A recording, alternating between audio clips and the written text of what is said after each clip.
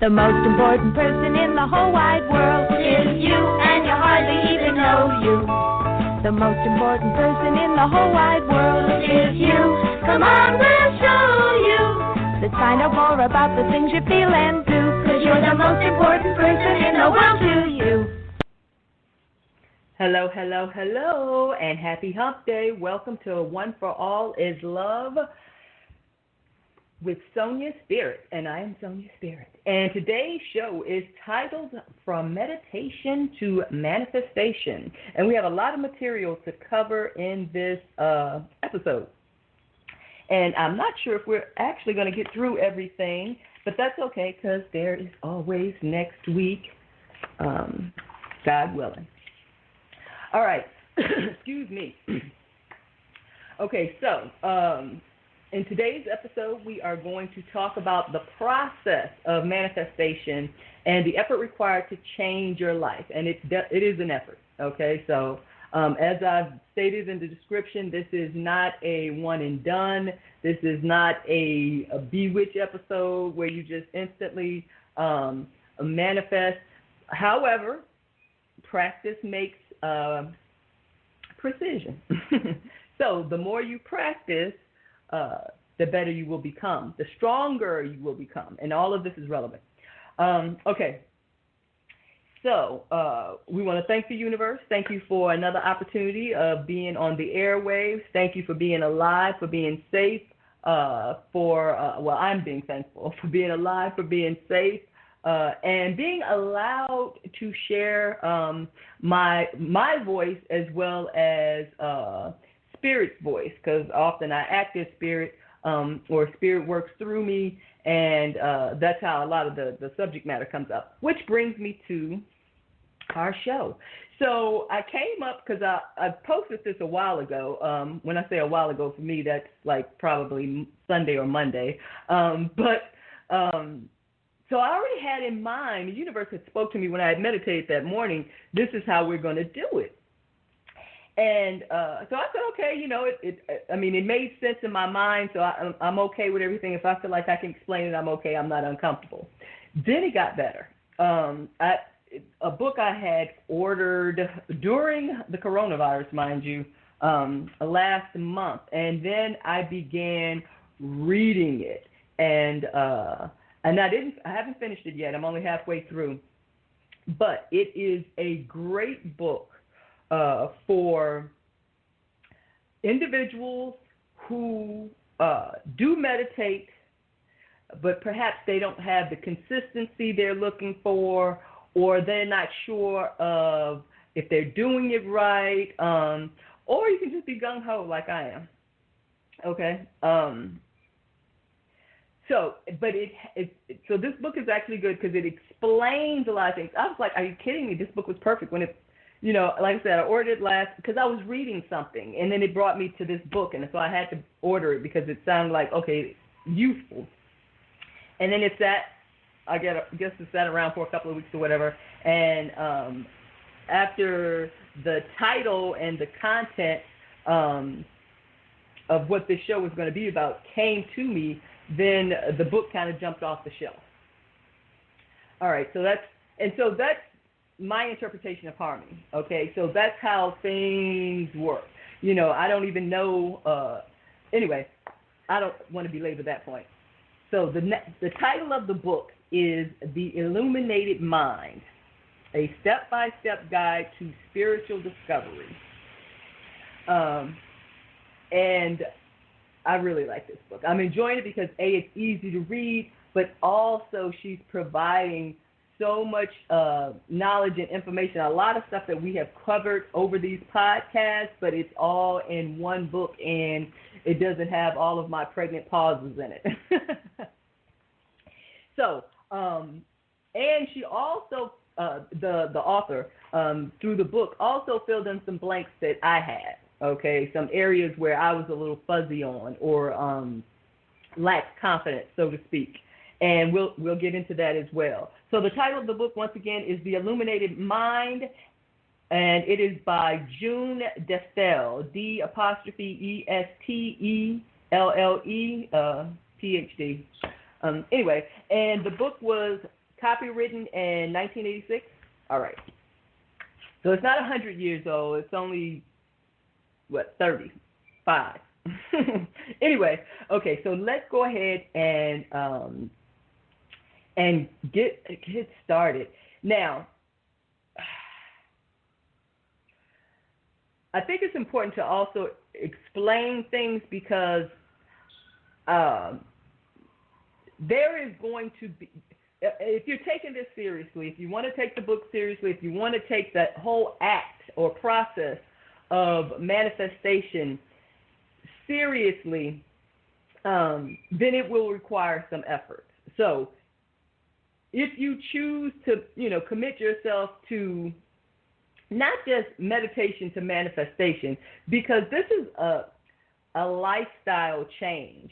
It sounds like from meditation to manifestation and, poof, I do this one time and then the next week something, whatever I want is there.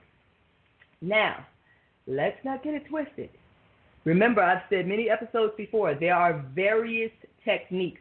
Some things you can instantly manifest, like when you're looking for your lost keys, okay? And other things require more time for that energy to move and create something physical, okay? All right. So let me just kind of go over the description. As I stated, that for the most part, we fill your head, fill your heart with what you wish to be. Okay, well, let's go ahead and jump into it. So, starting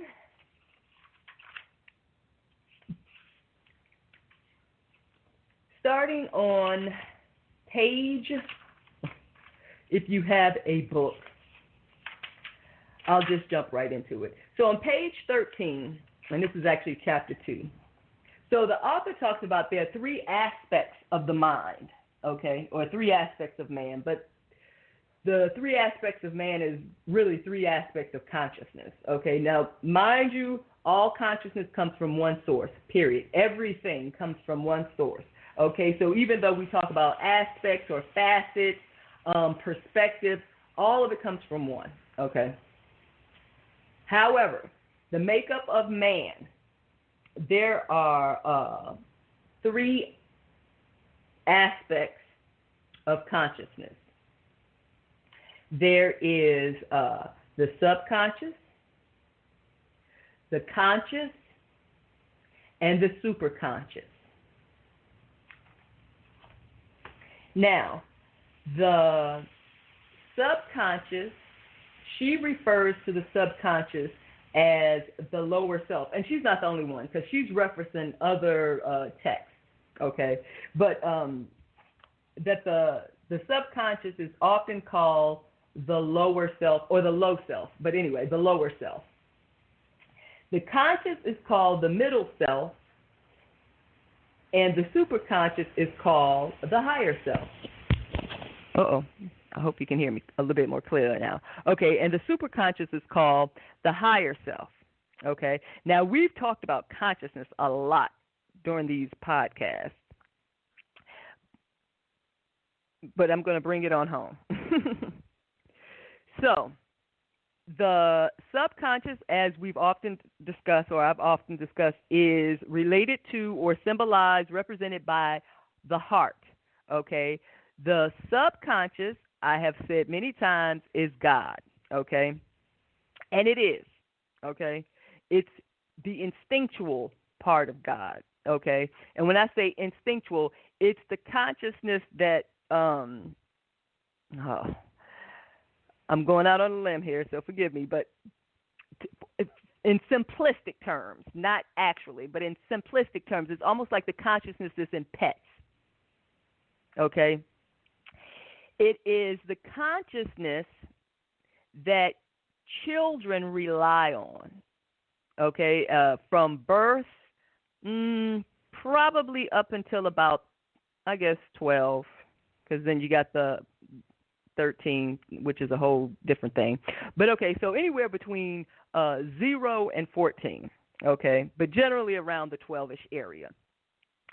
children rely on their subconscious mind. Okay, the subconscious, as I've mentioned before, is definitely God. It takes care of the body, the functionality of the body. The bowel movements, the breathing, the pulmonary, all the systems, everything, okay, that makes the body function, okay, with the exception of the mind the conscious mind doing the movements with the limbs and stuff like that. Okay. However, the subconscious can move the limbs as well. Hypnosis has proved that. Okay. But the subconscious is, and see, before I said, and this is, and I stand corrected. So I'm going to put this out there. I stand corrected because I think it was earlier in the year or maybe late last year I said that the conscious is the child and the subconscious is the adult. And I was wrong. Okay, and I have no problem saying that. I was wrong.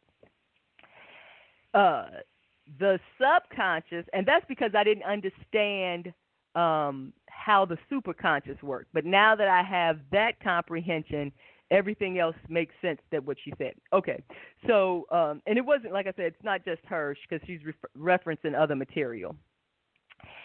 And so, of course, I researched that. But the subconscious is referred to as the child because of the innocence, because of the instinctual nature, okay?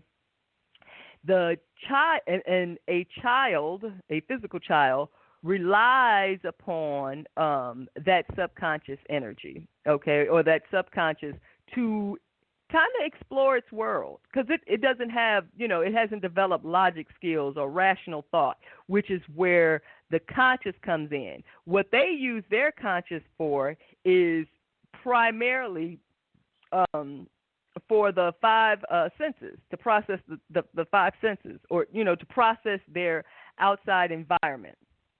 Okay, so what they're actually doing through their subconscious is developing their conscious. Okay, as they have the experiences, they're taking this all in. And that works for them as well as against them. Now, why do I say it works for them as well as against them? Well, the obvious reason why it works for them, because it's developing logic skills, hopefully creativity skills, but it depends on the environment. Okay, remember, the conscious is temporary. That part is still true. The conscious is temporary. The conscious is what we use from like that age 12 until we die, but we depend on it between 12 and, like I said, 12 to 14 for the subconscious. Well, with the conscious, the emphasis is between like 13 and up, to 33 to 40, okay? Although we use our conscious all of our life, that is, 40 is, actually, of course, it brings us back to 4, but it's an interesting number because they used to call it the midlife crisis. I think the midlife crisis has moved back to like 50 now because the boomers are living longer. But anyway, but it was considered the midlife, and I know, I think in Jewish Kabbalah, I think you have to actually be 40 before you can even apply to study Kabbalah. Okay, because now that's the way it was historically. That has changed now, of course. But historically, that was the case because they wanted people to be, well, not even people, because I think it was primarily men, but they wanted men to be at a certain maturation level, okay, and have developed many skills that will be required as you study, Kabbalah and things like that, okay? Because it requires devotion, it requires commitment. It's a serious undertaking, and I've learned that the hard way. Okay, so then the conscious is the rational mind. So children, so the The subconscious is considered the child. It handles all the functionality, but it helps develop the conscious. But something happens. Something additional happens when I was saying it can work for you as well as against you. Between the conscious and the subconscious, between is not even a good word. What happens with these experiences as from 0 to 12, 14, whatever you want to call it, the child, the baby, the child is exposed to the outside world, okay? Of course, when it leaves its mother's womb, it's exposed to the outside world, and it begins developing characteristics, personality, just different concepts. It's a sponge. It's out in the new world, and it's sucking it all up.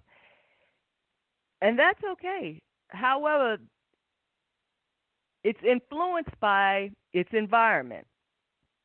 So, of course, that brings me back to the discussion about parenting.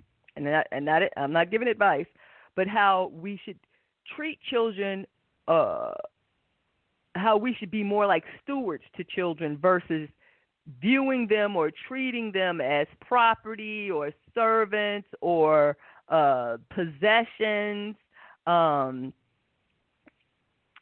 It's our responsibility, it's our job as parents to help develop their consciousness with as few conditions and man-made impediments as possible. Okay? Now, all conditions do not just come from childhood. So past life regression has proven that. Epigenetics proves that trauma can be transferred or is inherited through genes. But like I said, once again, the thing with genes is they have to be expressed. Many people, most of us carry all the same genes. It's just a matter of whether it's off or on. Okay? But the pathways can be different. This is not that episode. We'll talk about that some other time. Okay, so lost my train of thought again. So with the consciousness, okay, I did lose my train of thought. Okay, so the consciousness, just trying to pick up. So the consciousness is more of I prefer to say the teenager, but we can call it the young adult or whatever. But I prefer to just say, the teenager. Especially in today's times, you could easily get away with calling someone from between 13 and 40 a teenager, because people are more youthful in spirit today, I think, than they ever were. And I think that's what I mean by that. Not to say that people are more immature, juvenile, and that may be the case as well. But that's not where I'm going with it. It's just that more people really cling to youth. There was a time when people wanted to be older. They wanted to have like credibility and integrity and honor and be respected. And now it's like, no one's interested in getting old. And I'm not just talking about physically, okay? I'm talking about, spiritually in terms of keeping a youthful spirit, energy, that's what I mean. Having youthful energy, okay? Feeling alive, being active, and however you define that. Being active does not mean running around outside, You could be active in your mind in terms of reading or learning new skills or new subjects or playing games or working puzzles or creating, painting, drawing, whatever. So, oh goodness. So the conscious is considered more of the teenager, and the superconscious is considered the adult. Now, the superconscious, of course, is the higher self. So once again, the subconscious is the lower self, the conscious is the middle self, and the superconscious is our higher self. And I think of the superconscious as like the big letter I, or God. And when I say the big letter I, it's to be still and know that I am God. Okay, it's the I in me. We refer to ourselves in the first person as I, and so do God. And that's not a coincidence or an accident or vanity. Okay, or blasphemy. Okay, it's not blasphemy. It's knowing who you are and what you are, understanding who you are and what you are, and respecting that. Okay, respecting that. Okay, so the superconscious, of course, the superconscious is it is not represented by any body part. It's but it's within. So the superconscious actually, well, I guess if you were to use a body part, nope, I can't use a body part for the superconscious because it's not related to a body part. But it's your higher self. Think of the halo when you see over people's head, that little heavenly looking halo. It's like that energy that you have to, that you want to connect with, your higher self. It's like almost like your spirit. Okay? And if a better clarification comes to me, I will share it with you. Okay, so getting back, the subconscious is the child. It's instinctual. It's where emotions, habits, and memories are stored. The intrinsic part of self under the jurisdiction of a greater intelligence which orders and maintains the complexity of our bodily processes. This intelligence is instinctual versus logical, talking about the subconscious, and it manifests psychic awareness, and it attunes to nature/earth. It is also a willing servant. It is receptive to the commands of the conscious and superconscious minds, and is faithful in carrying out their directives. And I have to put an asterisk there because that is true unless there is an impediment. An impediment is a condition that does not agree with the commands of the conscious and the subconscious. And those impediments is what I was just talking about earlier, that are developed during your childhood experiences and or karmic energy through your past life and DNA. Okay? So that's the subconscious, which is considered the lower self, okay, and is most relied upon as a child. The conscious, your focus, your awareness, is the domain of your intellect, of the rational, logical thinking, i.e. time, space, and the five senses. Through these avenues, we experience and direct our outer world. To the average person, this is the only reality, the real world. And that's because many people, I don't want to say most, many people identify themselves as being a physical being versus a spiritual being having a physical experience. A spiritual being having a spiritual experience. And I told you, we have to flip. We have to change our perspective. We can no longer afford. It doesn't benefit us. That's why I said we can no longer do it, because we can no longer afford to just limitly perceive ourselves as physical beings with spiritual experiences versus the other way around. A spiritual being with a physical incarnation, physical experience. Okay. And the superconscious is the God within. It's the divinity within you, the soul, the spirit, the being of light, which spiritual teachers regard as your own true self. It is the higher self. It's all-knowing, all-loving, radiant, and beautiful, i.e., it is God, the God source. Okay.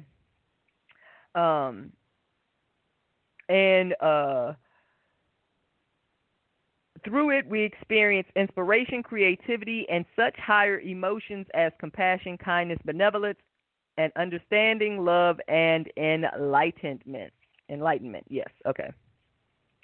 So, those are the three aspects of man. Now, let's dig a little deeper. How does this work in terms of meditation and manifestation? So, the first line in today's description is fill your head, F-I-L-L, fill your head, feel your heart, F-E-E-L, and with what you wish to be.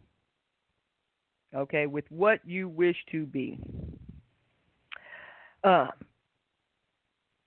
so, the higher self is the overall guiding intelligence, which is God, which oversees my destiny and knows my purpose in eternity. Those are just my thoughts. Okay, so we have the heart, the subconscious, we have the head, which is the conscious, and then we have the superconscious, which is basically our magic. And the superconscious, remember, so the conscious expresses. It's the male component in gender. Okay, when it is communicating with the subconscious, when the conscious is being communicated to, because the conscious cannot communicate to the subconscious. The subconscious only communicates to the conscious. That's one directional. It also, the superconscious also communicates with the subconscious. But in terms of the conscious, the superconscious communicates with the conscious, but it's not the other way around. Okay, so the conscious is the male when it is impressing it's impressing the subconscious, which of course is the female, which is the receptive energy. Okay, so the male is the expressive energy. The female is the receptive energy. And then the superconscious is the transformation. And then the birth. Okay? So it's the transformation. It's the making of it. Not necessarily the birth. Well, the female does the birth part. But the transformation, okay, that's the superconscious. Okay, so now, those are the three elements. So fill your head, fill your heart with what you wish to be. What that translates into is, remember, thoughts are things. Whatever you fill your head with, those thoughts, that energy is expressed out in the universe, okay? And it also impresses it on your subconscious. Your subconscious, remember, it is a willing servant unless there is a condition, a impediment, preventing the message to get through, okay, to the subconscious. So if there is a condition, for example, let's use money. Okay, because everyone in the world says that doesn't work because, and when I say that doesn't work, meditation and manifestation, thoughts become things, that doesn't work because whenever I say I want to be a millionaire, it never happens. Or I say, I want $1 million, or I want this, or I want that. It doesn't happen. It has not happened. So this is BS and it doesn't work. I've heard that. And that is understandable because, and they say, I've read the books and it's BS, it doesn't work. And you're right, you can't just read one book. You have to do the research. And when you dig deeper and keep digging, because even The Secret said, okay, you attract what you want, blah, blah, blah. Yes. On the most superficial level, yes, that is what happened. But how does it work? because clearly something is not working if I haven't produced my $1 million, or if I am not a millionaire, or if I don't have that McMansion that I wanted, or traveling the world, or lying on the beach, or whatever it is that you want. And the reason why is because there is a condition, an impediment in your subconscious that prevents you from receiving that directive from your conscious. Now, okay, I need to focus on one lane at a time here because I've got several thoughts going at one time. So, and then I lost my train of thought. Sorry, guys. Okay. And I apologize. I have to be mindful of my language. I am not sorry. I apologize. Okay. So, so the components, this is where I'm going with this, the components. The head, when I say feel your head, that's your conscious, that's your thought. It needs to match the feeling in your heart, okay? So, as many authors will tell you, as many, esoteric writers, as many mystics or spiritual teachers or wayshowers will tell you, filling your head with thoughts, feeling your heart, not the emotion. Okay, even though emotion emits vibration, I don't mean this emotionally, but that emotion emits vibration. So when you don't believe something to be true or can be true or will actually happen, you will emit that energy, and you may not be conscious of it. And now you're saying to yourself, no, I really want $1 million. Yeah, your head really wants $1 million. Your head logically has decided it wants $1 million, and it is emitting that energy. However, there is a blockage and impediment because your heart, your subconscious, is not getting that message. And the reason it's not getting that message because there is a condition, there is a blockage that prevents it from receiving it. And in this particular case with money, most people don't even understand not only how they perceive money, but how they also perceive people with money. And that is on the subconscious level. If you watch TV and you may, long for or covet what someone else has, or you may feel that person is not deserving of what they have or that lifestyle, and maybe you feel like if you are a good person, you shouldn't want material comfort. If you are a person of Christ or Spirit or God, that you shouldn't desire material or physical things. That is not a godly concept, okay? That is a man-made condition, and it creates guilt that you're probably not even conscious of.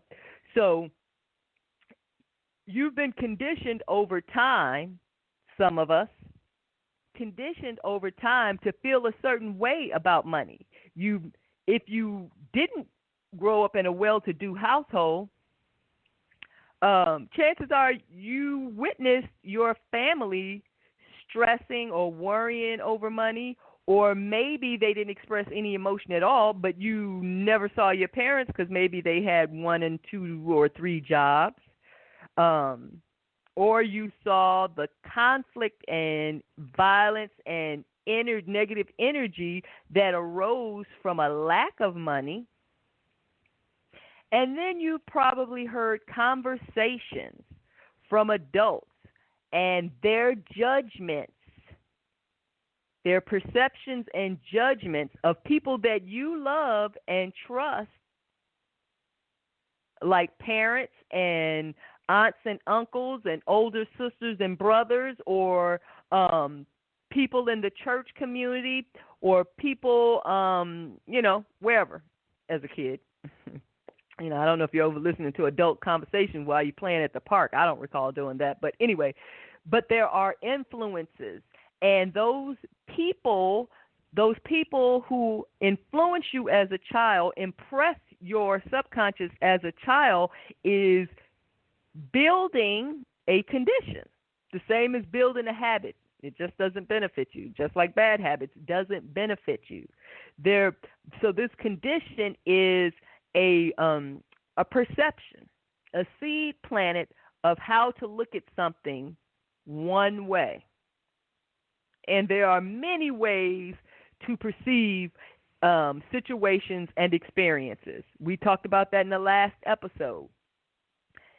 Choose not to think negatively, and we'll touch on that a little bit more. Okay.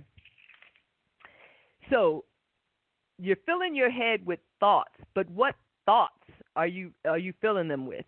And so those are the thoughts. Concepts, ideas, imagination, all of that gets expressed from our consciousness. And if we have a matching vibration in the form of energy in our subconscious / heart, then we'll have manifestation. Okay? And doesn't that sound magical? It does sound magical. Okay, but before we get to that, so inside of ourselves, I like to use the capital letter I and the lowercase I. Now, inside of our I, the lowercase I like to think of as our physical self, with the dot being our conscious, and the little, what I say is the number one under the dot for the lowercase I, being our subconscious. Okay, or our body, because the subconscious pretty much governs the body. So now I'll say Dr. Destel refers to the subconscious, of course, as the lower self as referenced, and the conscious as the middle self, but the two of them combined are referred to as the lesser self. Okay? The lesser self, okay? So yeah, just take that. Lesser self, because lower is already used. But the combination of the subconscious and the conscious is the lesser self. So when we talk about head-heart harmony or heart-head harmony, whether it's Greg Braden, Joe Dispenza, the Heart Math Institute, this is what they're talking about. They are talking about harmonizing your conscious and subconscious energies, removing the necessary impediments so that you can manifest what you want. Now remember, as I've said before, you can manifest instantly, and you can manifest simply by just thinking something, feeling it, saying it, and letting it go. And it will take, and she discusses that too. Not in detail, but when she discusses something, when she discusses something, hold on, let's see, we got us a caller here. Let's see what's going on. Hello, welcome to One for All is Love with Sonya Spirit. And to whom am I speaking with? Hello? Welcome to One for All is Love with Sonya Spirit. Hello, are you there? Can you hear me? Can you hear me? Hi. Yes, I can hear you. Hi. Excellent. Hi, to whom am I speaking with? Shanika. Shanika, nice to meet you, Shanika. I am Sonya Spirit. Welcome to One for All is Love. How are you doing today? I'm good. Good. You sound, now, did you have a question or did you just want to listen? You taking questions?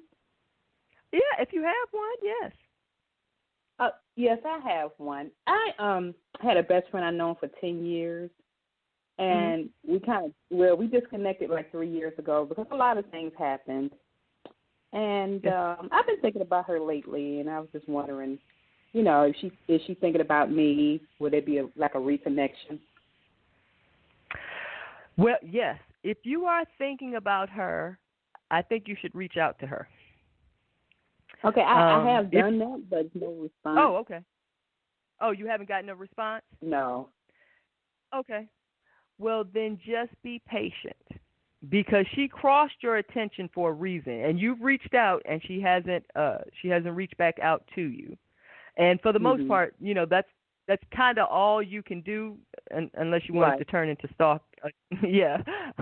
So, but no. So she came across your mind. Now, what you might want to do is, ask the universe, why did she come to your mind?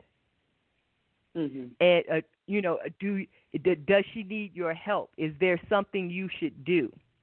Because whenever you pose a question, the universe will answer. Okay, so you just kind of have to pay attention to the response.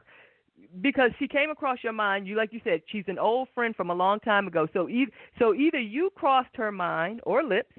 Okay, so you could have crossed her mind or lips. She could have been talking about an experience from school, or wherever your paths have crossed, not necessarily school. So she could have been talking about you. She could have been thinking about you. But the best way to find out is just ask the universe. Why did she cross my mind? Do I need to reach out to her? Does she need my help? Or, was she just thinking of me? And see what kind of response you get. And you can do that, but anytime somebody kind of crosses your mind and you're wondering, should I act on this? Because not everyone you would want to reach out to. You know what I mean? Like if an ex-boyfriend crosses your mind, it's like, okay, does he need something? Why is he crossing my mind? Why am I thinking of him? Is he okay? And you can do that with family also too. Like, some members of a family may stop talking to each other, for whatever reason. And only one person may feel that way. You can always ask the universe, listen, are they safe and sound? I understand we're not communicating and our relationship isn't the best. I just need to know, are they safe? Are they sound? And then that way you get satisfaction that they're not, that you don't have to worry about them. Because who wants to spend their whole day worrying about, someone and their well-being who's not communicating with you? But if you're really close to someone, it can take a toll on your spirit. So, so that's my recommendation. Okay. Yes. So you sound like you're safe and healthy. What state are you in, if you don't mind me asking? I'm in Georgia. Oh, okay. Yes. Okay. Yes, I can see your area code. But everyone has cell phones, so okay. Well, let me ask you this. Have you been going out lately? No, not really. Okay, no more so than usual? Right, yeah. Okay. All right. Do you feel okay? Are you feeling any anxiety or anything about the coronavirus, or are you okay with everything? I'm okay pretty much with everything, yeah. Okay. And one more question before I let you go. Do you meditate? Yes, I do. Okay, excellent.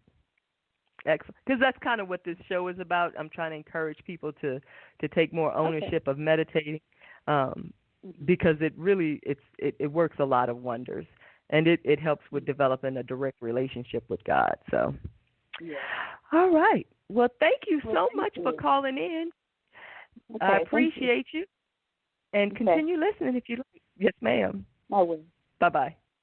Bye. Okay, so getting back to so I said, how does this, work with meditation and manifestation? I certainly appreciate the caller, and that was important too, because I always feel like that if one person has that question, there are others who feel the same way. So hopefully the advice, the information is helpful and encouraging. Okay, so getting back to the lesser self being comprised of the subconscious, which is considered the low self or lower self, the conscious, which is the middle self, And we have to get those into head-heart harmony. Okay, that's what that is all about, as far as that particular practice. So we have, like I said, Greg Braden, Joe Dispenza. These are just, heart math. These are just the ones that I know offhand. But there are a lot of people, there are a lot of groups doing this. So, and it's also something that you can work on yourself.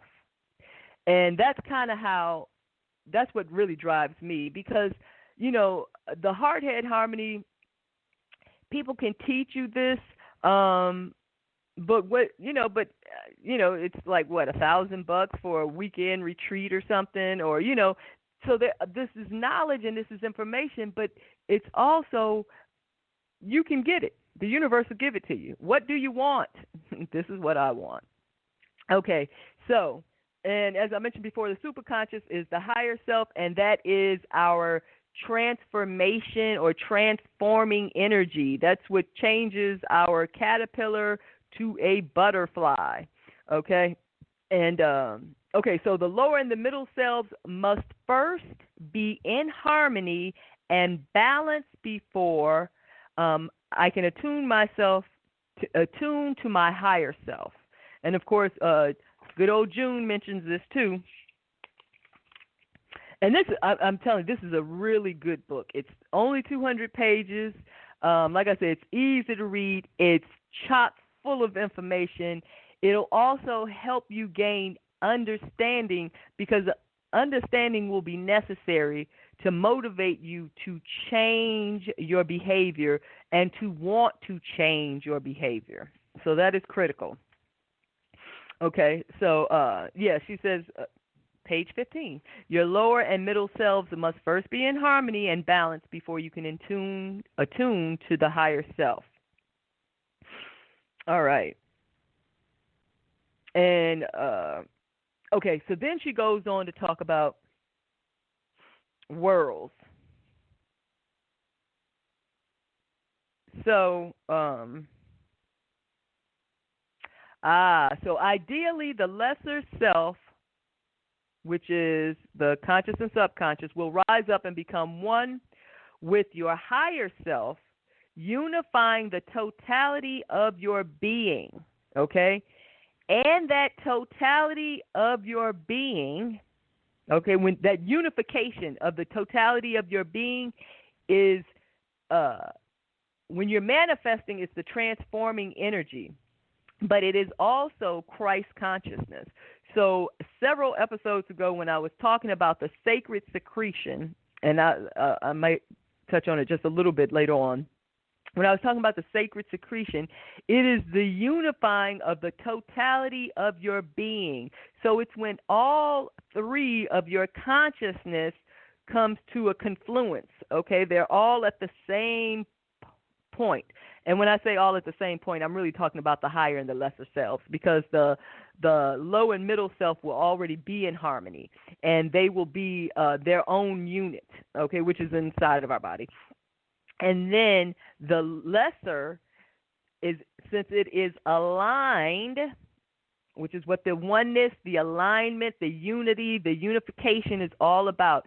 Once it is aligned, it becomes the lesser self, okay? So once the low and the middle, the subconscious and the conscious are harmonized, it becomes its own one unit. And then it aligns with the superconscious. And that's the transformative state. That's the Christ consciousness. That's the clarity. In terms of manifestation, that is the transforming energy. Okay? And that is what that's what I'm working for. Now, that may be just beyond the scope of the manifestation, but they all still work together. Okay, so all of it still works together. I'm just going a little bit further beyond. So now, man's unified duality requirement, cognitive dissonance, ego, and submission. So man's unified duality requirement is the law of gender. Okay, that's the duality requirement, the law of gender, the male energy and the female energy, the expression, the receptivity, and as long as they are in alignment and agreement, there is no impediment, there is no condition preventing their unification, then we get manifestation. Okay, that's when we call on. That's when we get the transforming or the superconscious involved to transform the energy. Okay, so that duality, that's the duality of man. Okay, so cognitive dissonance, of course, is when there is a conflict, a disagreement between our conscious and our subconscious. And it's like, but the subconscious said, but you just said about the subconscious that it is a willing servant. So how do we go from a willing servant to dissonance? The condition, the impediment. That is what creates the cognitive dissonance, because the conscious has already expressed, this is it, this is what I want, good, bad, or indifferent. Good, bad, or indifferent, the subconscious will obey. It doesn't judge. There is only impediments preventing. It doesn't judge. There's only conditions preventing it from unifying or merging, or if you want to think about like two bodies making love, the impediment, the conditions prevent this this, I don't know, for lack of a better word, encounter and harmony. I apologize. I lost my train of thought again. Okay, so that's what the cognitive dissonance is all about. The ego is when, of course, when we talk about the ego is the conscious is under the impression it's running the show. And that's because we didn't know any better.